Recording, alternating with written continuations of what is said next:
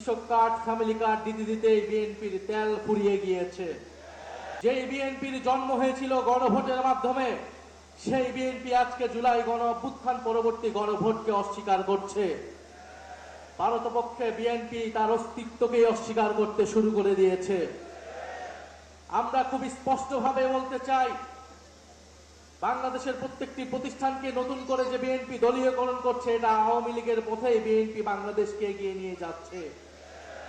BNP যদি আওয়ামী লীগের পথে, পুরনো স্বৈরাচারের পথে এই দেশকে এগিয়ে নিয়ে যেতে চায়, তাহলে বাংলাদেশের জনগণ আবারও রুখে দাঁড়াবে, বাংলাদেশের তরুণ সমাজ আবারও রুখে দাঁড়াবে, বাংলাদেশের জুলাই গণ অভ্যুত্থানে অংশগ্রহণকারী প্রত্যেকটি ছাত্র জনতা আবারও রাজপথে দাঁড়াতে বাধ্য হবে। বিএনপি কৃষক কার্ড, ফ্যামিলি কার্ড দিয়ে জনগণের মন ভুলানোর চেষ্টা করছে। কৃষক কার্ড, ফ্যামিলি কার্ড দিতে দিতেই বিএনপির তেল ফুরিয়ে গিয়েছে, জ্বালানি ফুরিয়ে গিয়েছে। অথচ মন্ত্রীরা সংসদে বলছে কোনো জ্বালানি সংকট নাই। বাস্তব সমস্যাকে অস্বীকার করছে, অর্থনৈতিক সমস্যাকে অস্বীকার করছে, দেশে আইন শৃঙ্খলার যে ক্রমান্বয়ে অবনতি হচ্ছে সেটাকে অস্বীকার করছে বর্তমান সরকার।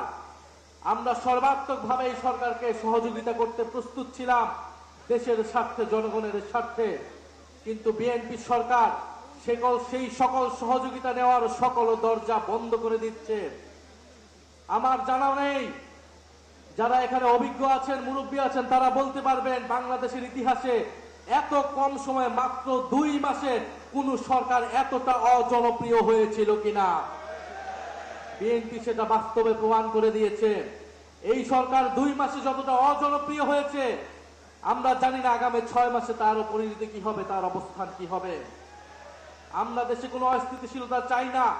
আমাদের দাবি একটাই, গণভোটের গণরায় বাস্তবায়ন করে জুলাই গণ অভ্যুত্থানকে প্রকৃত সম্মান দেওয়া, জুলাই শহীদ পরিবারকে প্রকৃত সম্মান দেওয়া, আহত যোদ্ধাদের প্রকৃত সম্মান দেওয়া।